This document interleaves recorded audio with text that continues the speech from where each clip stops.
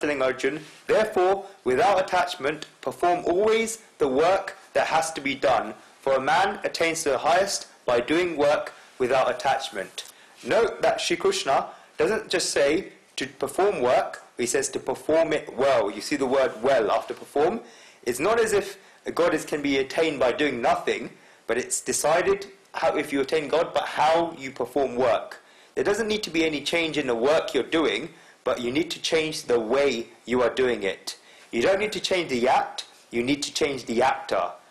Note again that Shri Krishna uses the word attachment. See, attachment twice. Asakta in the first line and asakto in the third line, first word in this verse. Imagine how essential it must be in the Gita if he's used it twice. Gandhiji has written a very small book on the Gita called Anuvad, where Swami Ananda, Kalakar, Vinod Babave and all his friends told him that Gandhiji, you read the Gita every day, so at least you can write a commentary on what seems right to you according to the Gita. They all really wanted Gandhiji to write something about the Gita, but he's had such a busy schedule that he could not write anything himself. Therefore, they continuously requested that whenever he had time, he writes his own rendition or interpretation of the Gita. Therefore, whenever Gandhiji had time, he wrote the verses, some verses of the Gita and the interpretations, and he called them Anuvad. So for Gandhiji, non-attachment was a very important theme in the Gita. Here, Shri Krishna uses the word attachment twice. He says that Arjun should perform work without attachment. The reason for this is that liberation, the ultimate goal, the ultimate bliss, God, Brahmistiti, satisfaction, self-satisfaction, and all the similar things we've discussed so far can only be attained when one is unattached from worldly enjoyment and the fruits of action and performs works as a yagna. Otherwise, such states can't be attained. This is a basic requirement. One should be free from attachment. Thinkers give a very nice example. Buddhists in Japan keep these small dolls with them, which they call Daruma dolls. They're available as toys as well. And the name comes from this Buddhist saint called Daruma, who kept such a doll to help him think, to help his thoughts. The doll is such that when you shake it, it keeps shaking like this, back and forth, but then it comes into a steady state. And many people keep these Daruma dolls as a showcase.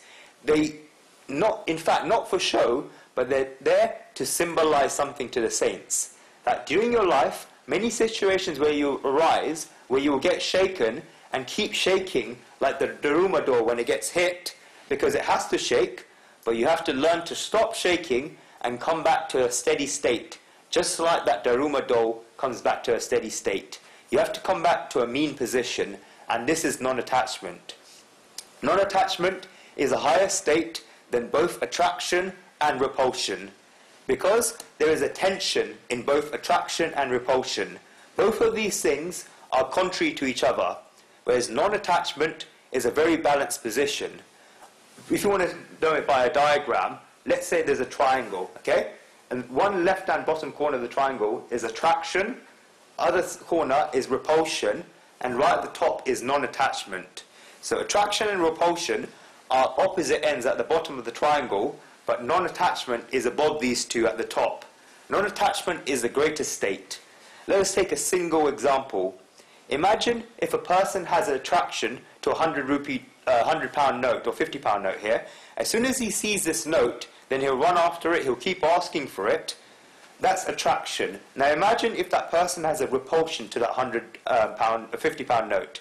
When you try to show him that £50 note, then he'll say not to show it to him. He'll run away from that note. In both states, that £50 note has created a disturbance in him.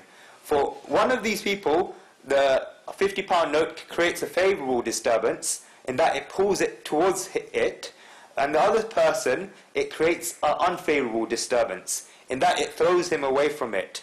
It is like a magnet where the poles keep changing. One pole of the magnet pulls something near it, and the other pole repels the thing away from it. Just like those poles repel each other, and just like poles repel each other, and unlike poles attract each other, but the magnet stays the same, and it creates a disturbance in one direction or another. So a person, the higher state, which is non-attachment, a person who is non-attachment He sees the £50 note, realizes what the uses of it are, and then keeps it for that use. He neither runs towards it or away from it. Such a person can be non-attached. Guruji uses the words with great care, and that is why he's saying non-attachment. He's not saying detachment, he's saying non-attachment, because detachment is a negative word, and therefore he's not using it. There's no need to become a thesaurus, but non-attachment is a superior state. It's a state above both attraction and repulsion, and a devotee is always in that state. This is the state that Sri Krishna is talking about. Those who study psychology will know that whenever there's this overdose of non-attraction, then it becomes repulsion. And repulsion sometimes creates that wish for attachment. If someone gives you ice cream and you like it so much, the first spoon will taste nice, and unlike anything you've seen before, you'll finish your first bowl of ice cream, then you'll finish the second bowl of ice cream, then you'll finish the third bowl of ice cream. What would you say if someone then gives you a fourth bowl? You'll say no. Why? This is a law of diminishing returns. It's a principle of economics. I'll show you another example by practicality. I'm going to tell you a joke. Two Ariels got married. The wedding was rubbish, but the reception was good. I'm going to say it again. Two Ariels got married. The wedding was rubbish, but the reception was good. I'm going to say it again.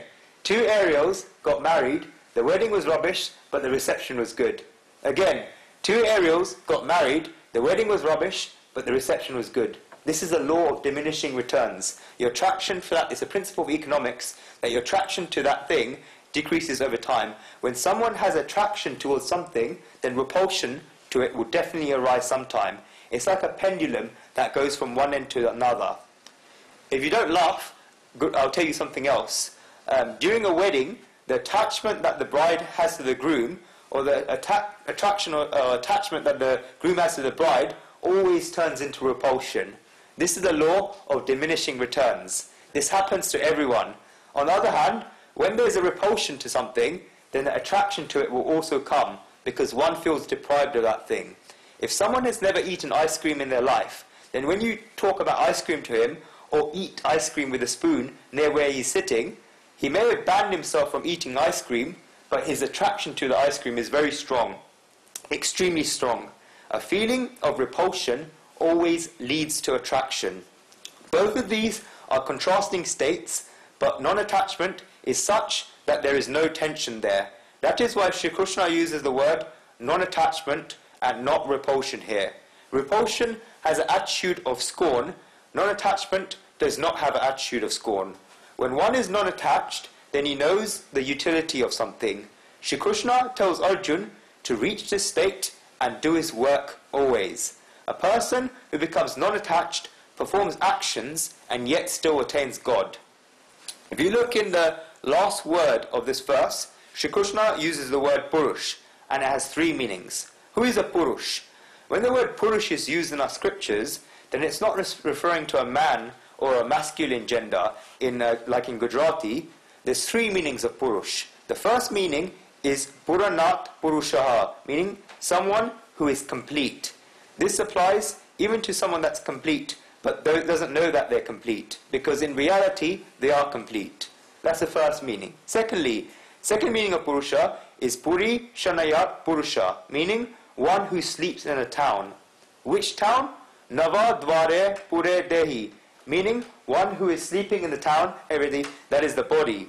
Everyone has a body, and one who is inside this body is a Purush. The third meaning is Purani Syati Iti Purusha, meaning someone that gets free from the divisions and discrepancies they see in the world and experiences unity in diversity. They see the whole world in unity. A person that reaches this state attains the Supreme Being.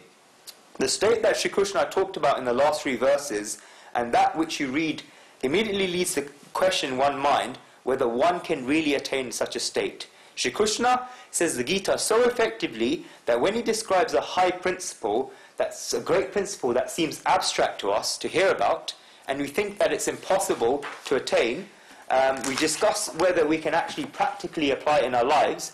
Then as soon as this question arises in our mind, then Sri Krishna immediately gives an example showing how it is not impossible and how it can be achieved in reality.